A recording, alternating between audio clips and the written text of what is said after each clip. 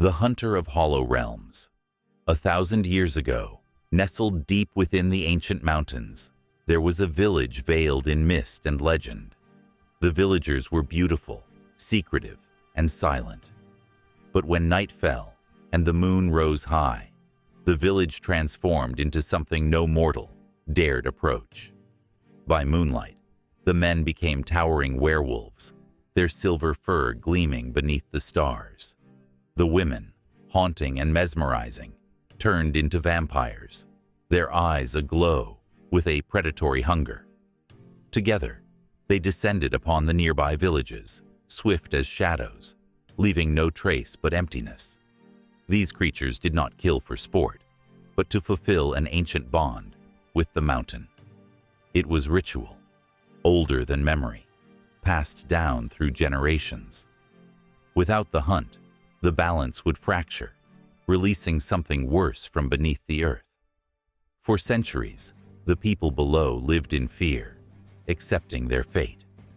The village's curse was an unbroken cycle until one fateful autumn night when a lone figure appeared. Cloaked in shadows, his eyes sharp and calculating, he was known as Aaron, the Hunter of Hollow Realms.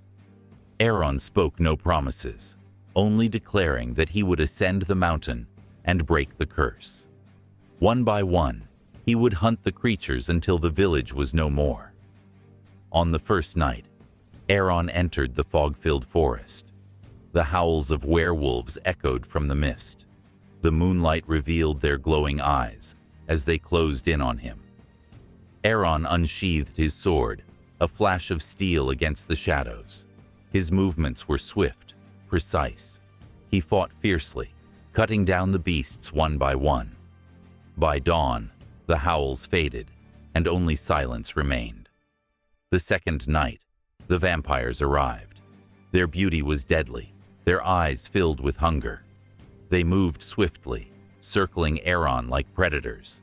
The clash was brutal. Aaron's blade met their fangs with precision, each strike leaving one of them crumbling into dust. With each vampire he felled, fewer shadows returned to the mountaintop. As Aaron neared the summit, the village above grew eerily still. Yet, with each battle, a feeling of unease grew within him. The village wasn't just cursed, it was guarded. Deep in its heart lay a secret, one that had slumbered beneath the mountain for centuries. On the final night, Aaron reached the heart of the village.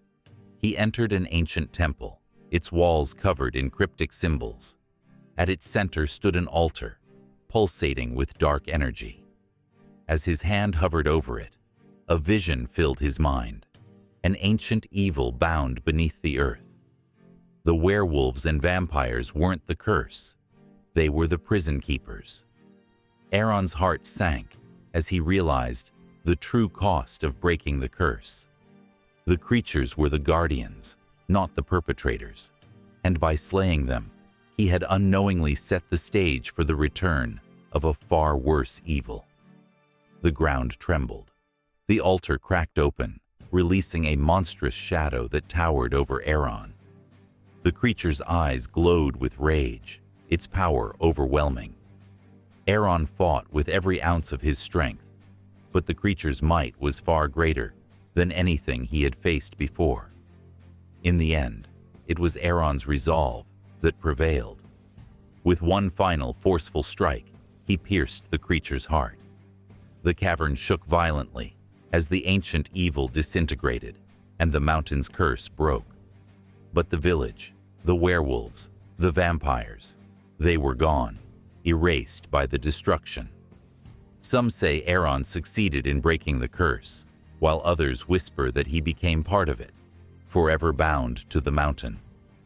On winter nights, when the wind howls and the stars hide, Aaron's shadow lingers at the mountain's edge.